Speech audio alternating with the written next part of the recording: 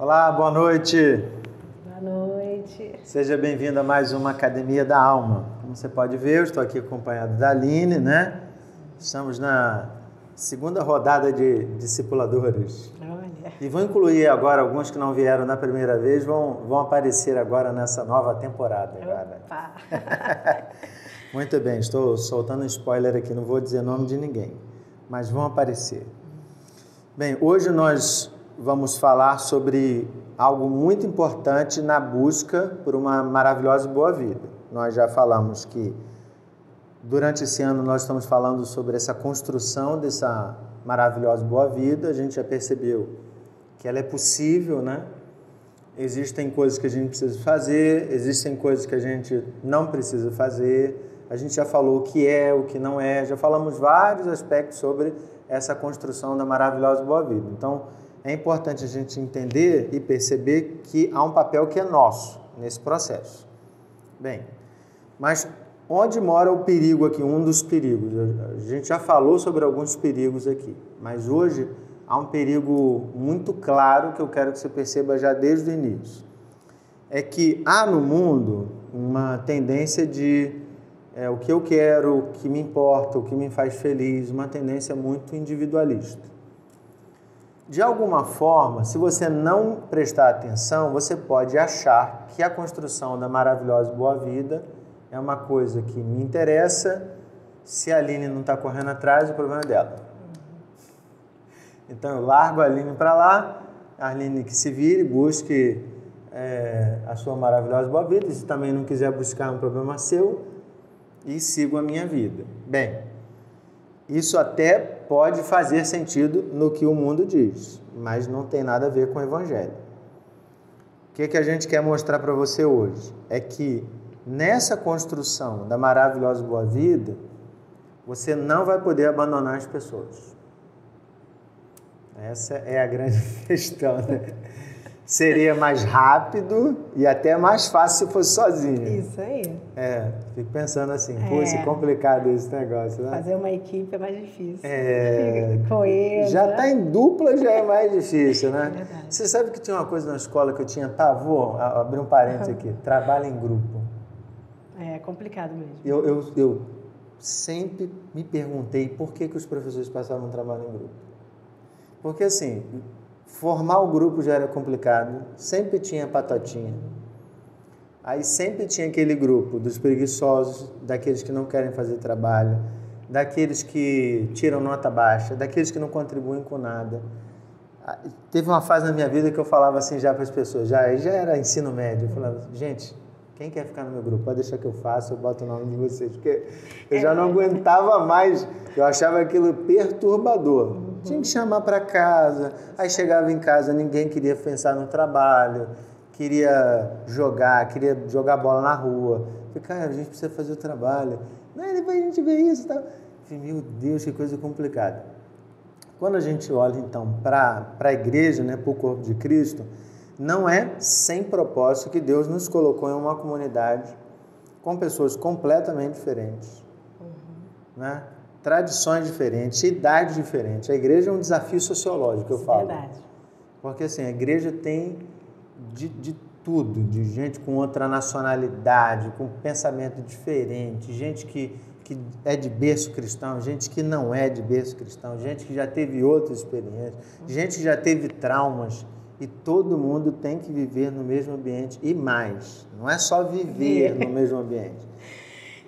Tem que viver como um corpo, né? Como uma máquina, funcionando perfeitamente. Essa imagem é extremamente desafiadora. É verdade. Então, se você achava que a sua busca por uma maravilhosa boa vida era só sua, pode parar aqui, pode abandonar essa caminhada, porque não é isso. É preciso entrar nessa via aí que aponta para o cuidado com o outro. Por isso que o tema de hoje é o que os relacionamentos importam.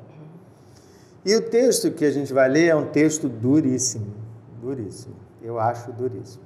Está aí já na legenda do vídeo, né? Mateus 5, de 21 a 26. Mateus 5, de 21 a 26. Eu vou fazer a leitura. Antes da leitura eu vou orar. Deus bendito, obrigado por Tua palavra, pela oportunidade de estarmos juntos. Clamo ao Senhor por graça e misericórdia de Tua parte, para que, ao lermos a Tua palavra, ao compartilharmos as impressões que o Senhor mesmo colocou no nosso coração, tudo isso glorifique o Teu nome e abençoe a vida dos nossos irmãos, né, que estão participando hoje e que vão participar em outros tempos, né, por conta desse benefício que é a internet. Faz com que essa palavra alcance corações que estão precisando.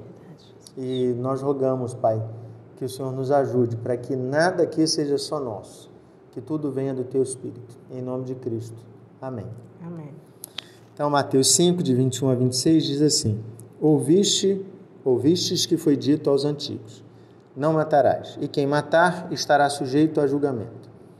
Eu, porém, vos digo que todo aquele que, sem motivo, se irá contra seu irmão, estará sujeito a julgamento, e quem proferir um insulto a seu irmão estará sujeito a julgamento do tribunal, e quem lhe chamar tolo estará sujeito ao inferno de fogo.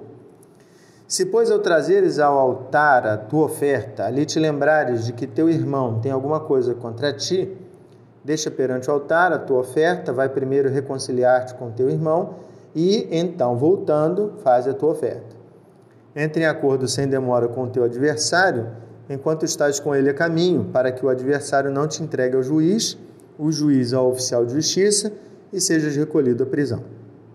Em verdade te digo que não sairás dali, enquanto não pagares o último centavo. Então, acho que um primeiro alerta que a gente precisa fazer é um alerta para mim e para qualquer dos ouvintes, né, da Academia da Alma, é que por ser uma exortação, a nossa tendência natural isso aqui não é comigo, né? Isso aqui é com alguém. Mas vamos tentar imaginar que Jesus, né, a gente está lá sentado, Jesus está dando uma lição. Isso aqui faz parte do Sermão do Monte, que a gente chamou de sermão, mas que é uma aula, né? Uma grande aula. Jesus está ensinando sobre valores do reino, e uma coisa que ele está fazendo é trazer aos seus discípulos uma nova visão sobre aquilo que eles entendiam que era o mandamento. Então, o mandamento era não matar. Então, para eles, não matar era não enfiar uma espada, não fazer o outro sangrar. Eu podia até contratar alguém para matar, que não era culpa minha, não fui eu que matei. Mas Jesus traz uma nova leitura sobre o não matar, falando que se a gente ofende, né? Se a gente se ira contra o seu irmão, se a gente lhe chama tolo, existe uma punição para isso. Então, o não matar deu uma ampliada assim enorme. Então, olhando para esse texto, Jesus cita uma série de expressões que a gente não deve usar, né, com os nossos irmãos. Então, ele diz assim, que todo aquele que, sem motivo, a ideia aí não diga que você tem motivo para se irar com seu irmão, não, tá? A questão é você se irar contra seu irmão. Quem proferir um insulto e quem lhe chamar de tolo. Então, ele usa essas expressões para dizer que elas não deveriam ser a nossa tendência. Parece que há uma tendência nossa de agredir o outro, de ter palavras duras. Então, vamos por partes. A primeira coisa nós temos essa tendência de ir na direção do outro com muita força, de agredi-lo com palavras, com expressões corporais. O que você acha? Isso depende da pessoa? Eu acho que primeiro a gente tem que sempre pensar, né, assim, como cristão, minhas características, né, que eu falo mais em relação a caráter, porque eu questiono muito esse negócio, sou parecido fulano porque é meu DNA, né? Eu tenho muita, né, assim, a versão mais... Você está falando do lado genético. Do genético, aquilo que eu sou assim porque meu pai porque eu fui assim, porque eu fui ensinado. Toda a minha família xinga. Não, porque isso aí, xinga ou é agressivo nas palavras, né? No relacionamento é duro, é seco. E aí a gente vai falando que a gente vai reproduzindo isso. Só que quando a gente lê a palavra de Deus, né? E aí até eu separei aqui, né? Que fala assim, 2 Coríntios 3,17, fala assim, ora, este Senhor é o Espírito. E onde está o Espírito do Senhor, aí há liberdade. Então, se eu leio a palavra de Deus e digo, esse Senhor é o Espírito, esse Espírito está em mim. Então eu experimento uma liberdade. Então essa coisa, eu faço igual ao meu pai, eu sou igual à minha mãe, porque o meu DNA... Nós somos livres porque nós temos esse Espírito dentro de nós. Então por isso que eu já não acho que a gente... tendência. Eu acho a gente só precisa fazer uma diferenciação aí. Quem está em Cristo realmente encontrou essa liberdade. Liberdade. Não está preso ao DNA. Ao DNA. Então eu sou liberto disso. Então eu consigo olhar de outra forma. Me controlar, né? Aí vem aquela fruta do Espírito Santo, né? Que te traga, né? Promova a paz, longanimidade, benignidade, amor. Então a gente vai, conforme a gente vai lendo a palavra de Deus, nós vamos entendendo que nós precisamos ir substituindo aquilo que a gente fala que é muito mais fácil a gente falar do que é o pecado. Temos tendência? Sim, porque somos pecadores. A gente gosta de sempre colocar isso, né? Sim, eu faço isso porque eu sou pecador. Tá, mas a palavra de Deus está dizendo que, esse Espírito está em mim, eu sou liberto desse pecado. Então, eu tenho que reconhecer que eu posso ser diferente. Então, não tem colocar como algo que eu tenho tendência a fazer. Eu acho que a gente precisa entender assim, eu até posso fazer num momento, mas essa não é minha tendência. Então, por isso que eu acho que a gente tem que mudar essa forma da gente olhar essas nossas características, né, o caráter nesses desvios. Então, essa radicalidade na palavra de Jesus não é porque ele está inventando moda. Ele só está dizendo assim, no Espírito vocês podem fazer isso, vocês podem ser diferentes. Isso. Mas, então, eu não estou preso apenas à questão genética, apenas uma questão de herança familiar. Mas, mesmo liberto por Cristo Jesus, eu ainda sou influenciado por esse DNA, por essa minha herança familiar, essa minha história de vida, ela, de alguma forma, ela vem me perturbar e me fazer tropeçar? Eu acho, claro, a gente não pode dizer que não, mas eu acho que essa influência não é maior dessa libertação, entendeu? Sim. Porque senão a gente fica preso ela não está sobreposta. Não está. Eu vou botar Mas ela existe. Existe, eu vou botar característica. Quem conheceu meu pai sabe que meu pai era rígido, tinha um jeito de criar. Você acha? Não, meu pai era muito rígido. Os Carlos era muito rígido, de maneira, né, criação e tal. Mas nem por isso a gente tem que repetir essa dureza, apesar de foi perfeito, porque a gente precisava de certas coisas, né? Eu sempre falei que assim, meu pai sempre teve a mão pesada, mas pesada porque também a gente, né, fazia coisas. Não era fácil. Não era fácil. Eu e Lúcia, a gente... Quem olha a Aline e Lúcia hoje, né? Isso, não sabe. Não sabe. Mas assim, mais um dia eu escutei até de uma psicóloga, né, e eu falava assim, mas eu não quero ser igual ao meu pai. Eu falava isso, né? E ela falou assim, não adianta você querer negar que você é o seu pai, mas você pode fazer diferente. Você é. Então você tem toda essa explosão do seu pai, mas você pode explodir diferente. Está dentro de você. Está dentro de você. Então, quando a gente lê a palavra, a gente fala, mas é verdade. É isso que eu falo de liberdade, né? Essa libertação. É você falar assim, existe algo em mim que realmente tem dia, eu falo assim, sair na rua, alguém eu acho que fez alguma coisa que vê aquela raiva. Aquele ímpeto. Isso, sim. Ímpeto. Às vezes eu consigo me controlar, eu consigo, falar com ele assim, não gostei do que você está fazendo, isso está me levando a ficar, né, assim, chateada. Mas tem momento que eu não consigo. Levanta o tom de voz. E vou falar, e vou... vamos dizer assim, você até ser cruel, porque, na verdade, é aquela característica minha de... Quando eu entro na briga, eu venço, né? Eu quero vencer, eu não sou aquela pessoa mansa, né? Não, eu vou vencer. Mas, no mesmo momento que tudo isso acontece, cara, eu saio, assim, vitoriosa, porque eu falei tudo e saí, tipo assim, a Aline estava certa, porque foi o fulano que irritou ela, foi isso. Mas eu me sinto mal.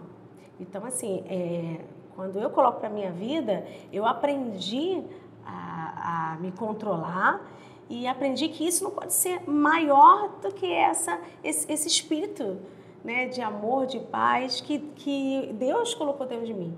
Então, o tempo todo a gente fica se moldando, se assoprando. E eu acho que eu sempre falo isso, que esse é o interessante de viver o Evangelho. É você poder ser uma pessoa diferente. Não aquilo que a pessoa espera que você venha ser. Todo mundo esperava que eu fosse igual meu pai, explosiva, falasse, e fosse pá, pá, pá. E, na verdade, eu consegui, em várias situações, né, não são todas, mas me controlar. Então, eu acho que a gente tem esse poder de se controlar, sim. Claro que tem momentos que a gente, né, vai cair, porque é necessário cair para você reconhecer, caramba, mas eu preciso mais de Deus, né? Eu sou dependente de Deus, eu poderia, naquele momento, Deus, né, como fala, né, se estava lá, o pecado estava na porta, por que você abriu? Né? E a gente sabe disso, né? A gente sabe que quando a gente começa a se irritar ou fazer alguma grosseria para o irmão, a gente pode fechar essa porta, a gente pode, né, não abrir essa porta. E muitas das vezes a gente abre.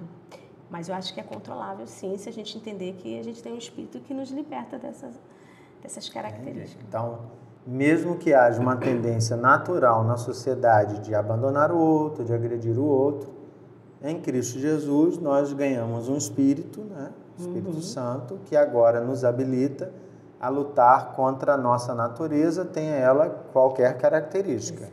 Seja de eu fui abandonado, então eu abandono, eu fui magoado, então eu magoo todo mundo, né? Eu fui abusado, então agora eu vou abusar de todo mundo também. Então isso é importante, ok?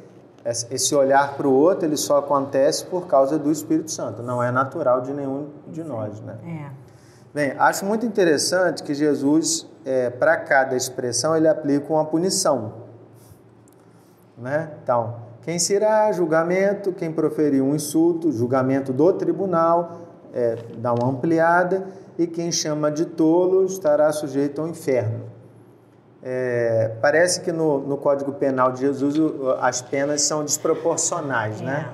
Porque chamar de tolo parece mais brando do que se irar.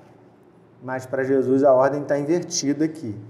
Então, para cada um tem punição. Eu fico pensando assim, é intencional da parte de Jesus colocar essa punição para o ouvinte ouvir e dizer assim, não, eu não posso fazer isso porque Jesus vai me condenar. Eu vou ser julgado por causa disso. É para ter medo? O que você acha, né? Olha, realmente isso é meio assim, não sei se, né, eu flutuo, mas eu vejo muito uma forma didática, sinceramente, ensinando a gente como a gente tem que tratar os nossos filhos. Por quê? Eu sempre vou colocar aqui, né, minha vivência, mas em João. Quando ele era pequeno, eu precisava falar com ele de forma mais séria, fazer uma cara feia, para que ele não fizesse alguma coisa. É o medo. Ele não fazia porque me respeitava, ele fazia porque ele tinha medo da minha cara, da minha voz. Agora, ele, né, com 13 anos, é diferente. Eu não preciso mais gritar com ele e fazer cara feia. Eu posso falar com ele de forma branda, mas falar de, isso está errado, não vai dar certo, mais firme.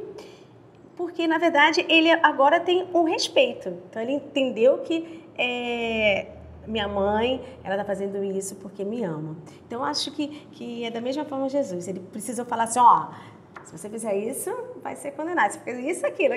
Para que a gente, mais tarde, a gente entendesse assim, mas ele faz isso porque ele me ama e não quer que eu sofra. E aí a gente entende o que é esse temor de Deus. Não é medo, é temor porque a gente respeita ele. Mas isso a gente precisa estar maduro, porque inicialmente eu acho que a gente precisa essa dose de medo, né? Olha, realmente, porque eu acho que não quem nasce na igreja, mas muitas das vezes a gente tem história e fala assim, não, eu fui para a igreja porque eu sabia que eu estava, né, no caminho errado, porque eu ia morrer para o inferno. Eu acho que isso é algo natural de acontecer. De alguma forma Deus usa isso pedagogicamente. Isso, para que, com nossos filhos, o medo. Mas depois a gente vai amadurecer e vai entender que é um temor, que é o respeito, que é totalmente diferente, que é isso que ele quer da gente. E é isso que eu quero do João. Eu não quero que ele tenha medo de mim. Eu quero que ele olhe para mim com respeito. Poxa, minha mãe faz isso tudo porque ela me ama, porque ela sabe que é o melhor caminho para mim. Então, quando a gente olha, quando eu li esse texto, eu falei assim, para mim é tão claro, é como Jesus falou ali, é assim, você trata seu filho assim, é assim que eu te trato. Tratei, mas agora eu quero respeito porque você já está madura. É porque a gente tem uma palavra só, né? Medo é uma palavra muito complexa, de muitas coisas, pode ser emoção, na psicologia ela tem um significado, na teologia ela tem outro e tal. Mas o que eu penso assim, o medo, de forma geral, ele tem um aspecto positivo, né? Sim. Porque Quando a gente diz, ó, não coloca o dedo aí que você vai se machucar. Então, aquele medo te preserva de fazer determinadas coisas. Né? Não vou colocar o dedo ali porque eu tenho medo de sentir dor. Realmente vou tomar um choque e às vezes desobedece e vai tomar o choque. Então, de alguma forma, esse medo ele tem um processo didático, né? Um papel pedagógico de colocar ali a gente nos eixos. Mas você acha realmente que a gente precisa, porque na sua fala você falou um aspecto, eu só queria confirmar, que está muito ligado à maturidade. Se a gente fosse bem maduro, a gente não precisaria. Mas como a gente, cada um está numa caminhada e Jesus ele estava falando para multidões, ele partiu do princípio mais baixo. É isso? Eu acredito que sim, que é dessa forma. Para alcançar mesmo, porque se você imagina, se humanamente, relacionamento, eu com meu filho, eu preciso ter esse estágio de medo para depois ter o respeito, eu acho que não é diferente da forma que Deus trabalha com a gente. Porque, na verdade, nós somos assim. A gente precisa ter alguma coisa que realmente nos dê medo para que a gente, amanhã, a gente entenda, amadureça, né, evolua. Aí sim a gente vai entender que, não preciso mais ter medo desse Deus. Né? Eu tenho que respeitá-lo. Então, eu acho que Entendi. É dessa forma. Entendi. A gente só precisa ter cuidado, né? O que eu falei com o uso da expressão medo, para a gente não confundir, né? De medo de Deus, porque aqui Jesus não está ameaçando ninguém. Ele está falando de uma situação real. Ele falou assim, olha, na concepção divina, tudo que Jesus fala é verdade. Então se você maltratar seu irmão, você vai ser julgado. Vai ser julgado. Por causa disso. Então fica ligada. Toma teu rumo. Se apruma aí. Bem, então, nessas duas primeiras questões, o que a gente viu? Há uma tendência da sociedade natural de ofender. Nós, em Cristo Jesus, por causa do Espírito, temos essa liberdade, temos a possibilidade de caminhar junto com os nossos irmãos e devemos lutar para isso. Devemos, sim, ter a consciência de que abandonar o nosso irmão não é algo que Deus deseja e tem consequências graves para nós. Então, não bote isso na sua cabeça de que eu desisti do fulano, porque Deus não desiste das pessoas, né? A gente precisa... Só que agora toma outro rumo, né? Nos versículos 23 e 24, há uma perspectiva de ir na direção do outro, de reconciliação. Versículo 23 e 24. Se, pois, ao trazeres ao altar a tua oferta, ali te lembrar de que teu irmão tem alguma coisa contra ti, deixa perante o altar a tua oferta e vai primeiro reconciliar-te com teu irmão e, voltando, faze a tua oferta. Então, parece que esse primeiro estava buscando uma maravilhosa boa vida. Estou lá tentando discipular, trabalhando na igreja, descobri meus dons, estou me engajando e tal. No meio do caminho, descobri que há um problema. E aí o conselho de Jesus volte, resolva. Bem, o que essa passagem fala para você? Profundo, né? Porque, na verdade, assim, nós realmente temos, assim, é muito difícil a gente lidar com essas nossas emoções, assim, né? Sobre mágoa, ressentimento, né? Voltar atrás, né? Dar um passo atrás, pedir desculpa. São sentimentos e posturas muito difíceis, né? Nós, como humanos, a gente não quer estar nessa situação. Então, assim, para mim, realmente é muito profundo, porque faz a gente refletir o quanto, né, a gente realmente é dependente desse Deus para nos colocar num sentimento de se eu voltar atrás, eu não vou ser, vamos dizer assim, eu não sou totalmente errado, ou eu vou ser humilhado pelo fulano, ou eu vou deixar de ter voz, né? Porque a gente sempre coloca... Ou eu vou ter que tocar nesse assunto que me machuca. Que machuca. Então, eu acho que essa dependência mesmo de Deus para quebrar essa nossa memória ruim, né? Que não é a memória boa, porque a memória boa seria vamos lá, vamos fazer as pazes, vamos resolver. Mas a gente tem essa memória ruim, né, que a gente sempre vai falar que é do pecado, que vai colocar a gente assim, não vou falar com o fulano, porque senão o fulano não vai falar aquilo outro e eu vou falar aquilo outro, né? Porque ele, né, ou eu vou falar com o fulano, mas eu quero provar que eu tô certa, né? Ou eu vou dizer que eu não tive a intenção, mas aí eu já vou pensando que o outro vai achar que eu tive a intenção. E a gente sempre vai com aquela memória ruim. A gente nunca consegue. Não vou nem para reconciliar, vou para justificar. A gente nunca consegue. Eu sempre falo isso com a Lúcia. Falei, Lúcia, engraçado, quando a gente tem um problema, eu falo em relação a Lúcia, né? Eu falo assim, Lúcia, você vê tudo ruim para depois você ver o bom. E ela fala, mas eu preciso. Eu falei assim, não, você tem que ver tudo bom. Para se acontecer alguma coisa ruim, você fala, quero mais aquilo foi bom, aquilo, né? E não ficar no ruim. E eu falei assim, Lúcia, isso é um exercício. Então, assim, eu acho que a gente trabalhar isso é realmente a gente deixar Deus agir, né, na nossa vida e realmente mudar essa nossa memória ruim, que é o tempo todo, né, colocando a gente para fazer o que é realmente errado ou pensar coisas erradas. Então, isso para mim é profundo no sentido de voltar atrás, né? Eu, por causa da prática do gabinete, né, do atendimento de aconselhamento, eu tenho uma visão e eu quero colocar ela aqui em xeque, né? Para a Aline, para os nossos ouvintes da Academia da Alma. O que eu percebo é que as pessoas,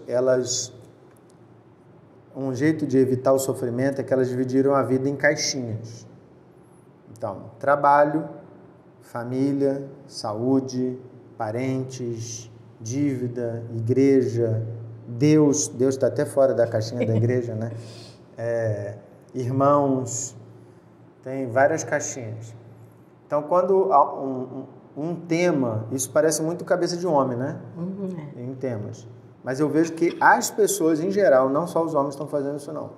Mas mulher, todo mundo está fazendo isso de forma geral, porque é um jeito de você sofrer menos.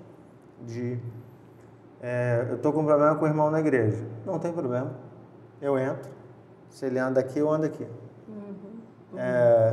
Se ele não me dá bom dia, eu não dou bom dia. Se ele não fala comigo, eu não falo com ele. E as pessoas fazem isso para sofrer menos, como se não houvesse solução. Você, primeiro, né? Você concorda com isso? Você também vê as pessoas assim ou isso é só da minha cabeça? Porque pode ser só da minha cabeça, né? Você, não, eu também tenho visto, essa é uma tendência que a gente tem que tomar cuidado. O que você acha? Sim. As pessoas têm essa tendência mesmo de não tentar resolver e tentar... estou longe, né? Aquilo é o que o coração... Não, que o olho não vê, o coração não sente, né? Não é isso? Então, eu fico longe do meu irmão porque eu não vou sentir, né? A gente vê isso... E o que é mais interessante e triste, que acham que estão certo. E isso que eu acho que é loucura, né? Mental. Eu posso matá-lo no meu coração e isso não tem problema. Sim, aquela coisa de deletar, né? A gente fala hoje. Cancelar. Cancelar. Né? E a gente faz isso, não é no celular, não, é na vida mesmo. Né? E eu acho assim, interessante por pouca coisa. Não são coisas graves. São coisas até simples de ser resolvidas. Às vezes... eu falei que o bom dia não é brincadeira. Eu já recebi crítica disso. Não, pastor, não me dê bom dia. Pastor. Eu falei, bom dia? Mas é. Falei, meu Deus, passei a dar bom dia para todo mundo. Bom dia. Isso aí. Detalhes. E aí você fala assim, às vezes tem coisa que é o outro que tem que resolver, né? Tem coisa que a gente pode resolver tudo, né? Mas a gente tem que ficar atento, né? Mas, assim, você vê que o outro... né, assim, consegue tirar, né, aquela pessoa da vida de uma forma cruel, assim, tipo, não significa nada. Porque, na verdade, nunca significou. Porque quando significa... Isso ainda é pior ainda, né? Quando você fala de nunca significou, ainda é mais forte ainda, né? Porque é verdade. Porque, se você vê... Você ia falar, eu te cortei. Você falou, porque quando significa... Não, porque quando significa... Você vai sentir, você vai ficar triste. Poxa, ele não falou bom dia comigo, não, mas eu vou... Bom dia, mesmo que ele não fale bom dia, você vai tentar, você vai... Vamos lá, eu tenho vergonha, eu vou mandar um bom dia pelo WhatsApp, eu vou tentar ter uma aproximação. Eu não preciso... Porque às vezes a gente fala sobre reconciliação, resolver, eu sentar com você e falar, olha, eu me sinto assim, assim. Às vezes não precisa, às vezes a gente vai ter que ter essa postura. Então, eu acho que o que acontece é que a gente fica assim, não, mas eu tenho que falar o que, né, o que eu penso. Não é. Eu acho que a gente, quando realmente a pessoa significa para você, você vai tentar de tudo. Então, você vai tentar falar um bom dia, você vai tentar ligar para ele, você vai tentar, porque ele significa alguma coisa para você. E o que a gente vê hoje é realmente, assim, aquele esfriamento do amor, onde você está do meu lado porque você é meu companheiro. Agora, você não é meu amigo. Porque meu amigo, se você falar alguma coisa que eu não gosto, você deixou de ser. Então, você não é meu amigo, você é meu companheiro. Então, eu sempre falo isso em relação a relacionamento. A gente tem que ter olhos abertos em relação ao que o outro espera de você e o que você espera do outro. Porque isso é que acontece, né? Assim, acho que é a base do problema. Né? Então, às vezes, eu espero muito de você, pastor, e você não vai me dar aquilo que eu quero. Com certeza. Não é isso? E, às vezes, você vai esperar uma coisa de mim muito e eu não vou te dar. Eu estou esperando. Não é isso? Mas por quê? Porque a gente está com o olho fechado, a gente está, né, iludido de uma Aline ou de um Fábio. Então, mas quando nós somos amigos, eu sei quem é o Fábio, eu sei o que ele pode falar, que não é para me magoar, mas é para me alertar. Eu sei quando o Fábio está irritado, que vai falar alguma coisa para mim séria, irritado, mas eu sei porque essa irritação, porque você é meu amigo. Agora, se você não é o meu amigo, é apenas meu companheiro, você não falou bom dia, você me chateou. E é interessante que a Bíblia, ela não só nos coloca na posição de amigos, mas de irmãos. De irmãos, porque Jesus vai alertando isso o tempo todo, né? Se ao trazeres te lembrares que teu irmão, né, não é um vínculo de rol de membro de igreja, é um vínculo onde Deus é o nosso Pai, Jesus, nosso irmão mais velho, e eu, Aline, Rosinha, Lico, nós somos irmãos, estamos debaixo do mesmo Pai. Então é entender que toda a nossa atitude aqui horizontal, ela ofende a Deus, né? Então, Jesus está nos chamando a essa importância de pensa o que vocês estão fazendo, não é qualquer um, não é um companheiro, não é um amigo, é seu irmão. Quem te fez ele seu irmão fui eu, né? Para você chamá-lo de irmão. E isso é tão sério, mas ao mesmo tempo eu vejo que a gente banalizou, e quando você fala de cancelar, né? Acho tão engraçado quando eu vejo comentários que eu acho extremamente infantil, me desculpe, assim, eu não vou fazer enquete aqui, então não se sinta ofendido, porque eu não estou falando para você, eu estou falando para todo mundo, não estou falando para ninguém. Sim. Eu acho tão infantil quando as pessoas se sentem ofendidas, elas bloqueiam o outro na rede social. Gente, mas isso é demasiadamente infantil, porque você não vai ver, eu vou tapar aqui agora, ninguém vai ver, você não é mais meu amigo. Gente, isso é o mundo que está dizendo para a gente. Isso não tem nada de bíblico. Isso não tem nada de bíblico. Uma coisa é se a pessoa é um criminoso, se ela está te assediando, se ela está... Isso é outra coisa. Mas uma pessoa, só porque você ficou chateado, né? Vocês tiveram uma discussão, o outro bloqueia. Não faz isso não, irmão. Assim...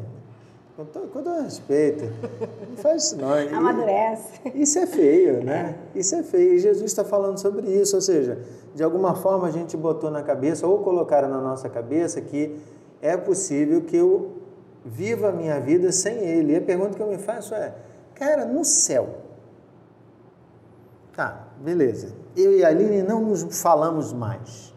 Estamos na mesma igreja, na mesma comunidade, passamos...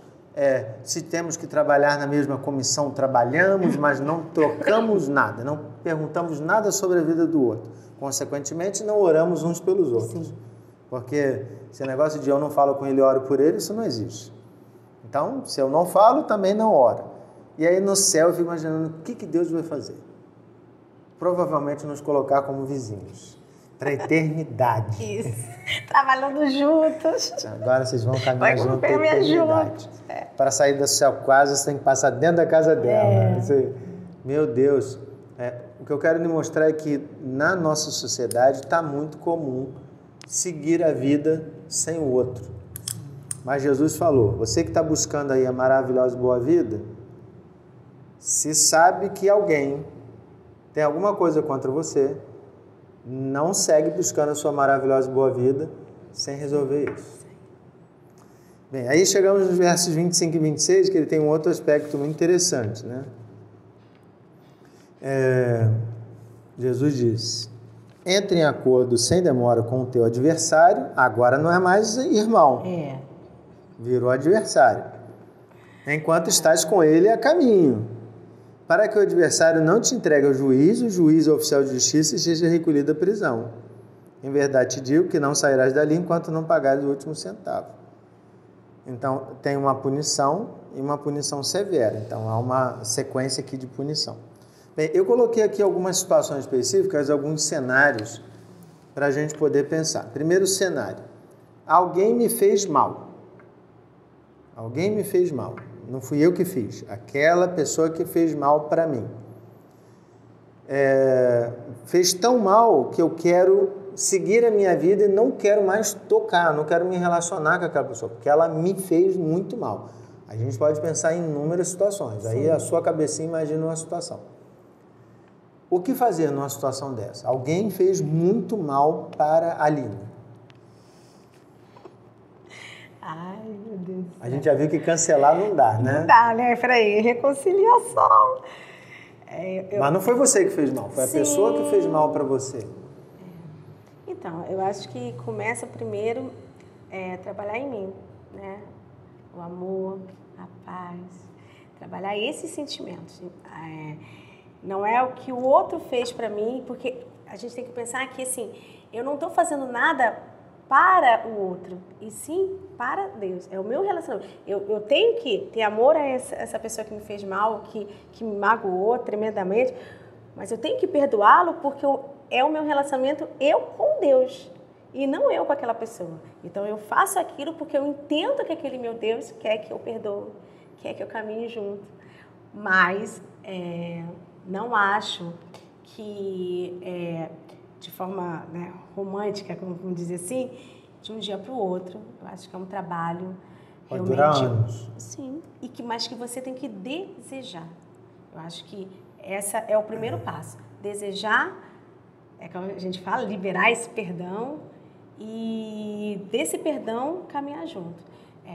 Talvez nem tenha que ter conversa, né, com o outro. Não. Porque... Eu acho que às vezes não precisa disso. Acho que a gente fica nessa coisa, vai até o outro. Não precisa. Eu acho que você, liberando o perdão, você entendendo que é o seu relacionamento com Deus que faz com que você queira caminhar com Ele. Então, um sorriso, um bom dia, isso vai aproximando, isso vai apagando, isso vai amenizando, né, em você. Né? Porque, né, falou, assim, eu estou, né, sentida, eu estou magoada. Então, eu tenho que realmente trabalhar, né, esse perdão. Eu falo isso, eu falo muitas propriedades, até mesmo quando eu faço o curso de noivos. Eu falo de algo que eu aprendi na caminhada depois de casado. Não aprendi antes de casado, não. No curso de noivos que me fizeram, eu não aprendi dessa forma, não. Aprendi com a vida. Às vezes, Rosinha fazia alguma coisa e eu me sentia ofendido, magoado. E aí, quando eu passei a tratar com Deus no meu momento devocional, a pergunta que eu sempre fazia para mim mesmo diante de Deus é: por que eu estou magoado? Em que ponto ela tocou do meu coração que provocou essa ferida? Por que há tanta sensibilidade nessa parte do coração? Então, aí, às vezes, eu percebia orgulho da minha parte, ela mexeu na minha hombridade. E aí, no fundo, eu percebia que, embora ela até tivesse errado com as palavras, existia mais coisa para corrigir em mim do que nela. Então, estou falando baixinho aqui para não escutar. Ninguém vai escutar. Ninguém vai escutar essa parte. Bem, então, se alguém fez mal para mim, eu resolvo com Deus, preciso tratar. Segundo cenário, eu fiz mal para alguém, mas eu não sei que fiz esse mal. Tem alguém por aí que está ofendido comigo, mas eu nem sei da existência dessa pessoa. eu estou buscando a Deus, vivendo, buscando essa maravilhosa boa vida, colocando meus dons à disposição do reino, mas na caminhada eu feri alguém. É um ofendido secreto. Aí fica difícil. Gente, se eu já aconteceu isso, tipo assim, né, que eu soube depois, eu também já descobri, eu perguntei isso porque eu já descobri anos depois, eu falei, fiquei ofendido muitos anos, eu falei, puxa, mas eu nem sabia. Eu falei, então, assim, porque não tem como, né, a gente vai ficar fazendo igual, né, assim, eu vou, né, já ficar, Senhor, eu nem sei quem eu ofendi, mas me perdoa porque eu ofendi alguém. Mas tem uma oração nos Salmos para isso, de oração pelos pecados ocultos, então, né? mas, sabe, eu acho assim, mas efetivamente para o outro, às vezes, né, ele continua ofendido, porque ele vai continuar ofendido. Então, eu acho assim, eu acho que primeiro a gente tem que estar muito atento, né, atento ao que a gente fala, ao que a gente faz, para a gente evitar. Mas se for inevitável, né, algo que você falou e nem teve a intenção no sentido assim, nem percebeu, eu acho que a oração mesmo, a oração por discernimento. Mas eu acho que essa palavra foi muito boa, da intenção, da atenção, de pedir a Deus esse discernimento de toda palavra que eu estou falando está edificando, será que eu não estou com brincadeira demais? Porque tem gente que leva a vida... quer levar a vida muito leve, mas ela nem percebe que na leveza ela vai passando por cima de alguns valores dos outros, né? Vira para os outros e diz, deixa para lá, não é nada disso. Tá? Então vai ignorando coisas que são muito importantes. Então pedir a Deus discernimento. Último cenário. Você acabou de saber que alguém está ofendido por algo que você fez. Na verdade, você nem sabe se fez também. Mas vamos lá. Mas já estou sabendo. Está sendo acusada que fez. Qual é o caminho a seguir? Então, procurar o irmão, já que eu sei que é ele. Nesse caso não tem jeito. Não tem jeito. Aí eu preciso ir na direção dele. Eu vou na direção dele. Eu vou te falar assim, eu tenho uma dificuldade em relação a isso mesmo. Por isso que eu sempre falo, eu prefiro ser atenta. Entendeu? Assim, me atentar no que eu estou falando, falei alguma coisa, percebi que você fez uma cara tipo, não gostei, eu já vou começar, sabe, a orar, a pedir a Deus para eu tentar consertar, porque na verdade eu acho que é mais fácil assim para mim, essa é a minha característica. Mas, claro, se for algo que eu tenho oportunidade de chegar e sei que não vai piorar, porque tem situações que você vai até o irmão e parece até que piora, né? Você vai com aquele amor, você vai tudo cheio de dedo, mas o cara tá com raiva, não é o momento. Então, eu acho que primeiro a gente tem que orar, tem que realmente ser orientado por Deus, se aquele é o momento, se é o dia certo, que você tem que realmente conversar com o irmão. Então, assim, estar realmente íntimo com Deus e escutar a Deus se é o momento de falar. Não é o momento de falar, mas é o momento de ir. Então eu vou ao meu irmão, eu vou tentar, né, como a gente falou assim, né, me aproximar dele para que eu possa entrar, se for necessário, no assunto, que às vezes nem precisa. Mas eu acho que a gente tem que tentar sempre aliviar a dor daquele irmão que... Eu tenho uma opinião um pouquinho diferente sempre. Vou contar, tem tempinho ainda para contar uma história. Há muitos anos atrás, a gente tinha que ir na rua, um vizinho, até esqueci o nome dele já, um senhorzinho, um careca, bem calvo, bem senhorzinho. Ele vivia no Sacolão, quando o Sacolão era do Ismael, muitos anos atrás. Você lembra do Ismael? Nem sei se você lembra. Aí um dia eu estava no gabinete, a Raquel entrou, tinha algum ensaio na igreja, ela entrou, falou comigo, aí eu perguntando para ela, conversando as coisas do ensaio, a Raquel falou assim, Fábio, eu fui ali no Sacolão agora, tem um senhor que ele é bem chateado com você. Eu falei, comigo? O senhor tal. Ele tem uma mágoa muito grande sua, ele estava falando mal, inclusive, de você lá no Sacolão. Eu levantei na mesma hora, Aline, na mesma hora. Eu levantei, a Raquel me dá licença, levantei, fui lá no Sacolão, ele estava lá no Sacolão.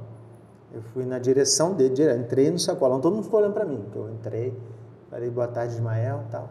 Fui na direção dele, falei,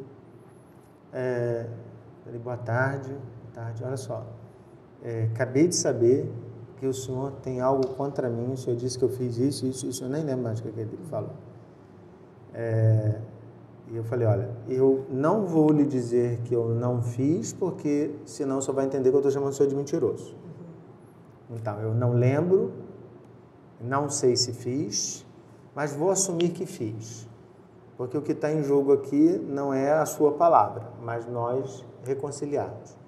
Então, eu quero lhe pedir perdão com as testemunhas que estão aqui no Hortifruti, de que se é algo que eu fiz, eu preciso do seu perdão para seguir adiante. Mas aquilo pegou ele de tão desprevenido. Sim. Assim, e eu não fui com a bandeira branca, né, assim, guarda baixa e tal. E ele falou assim, eu esperava tudo, menos que o senhor fizesse isso. Como é que eu posso resolver isso, então?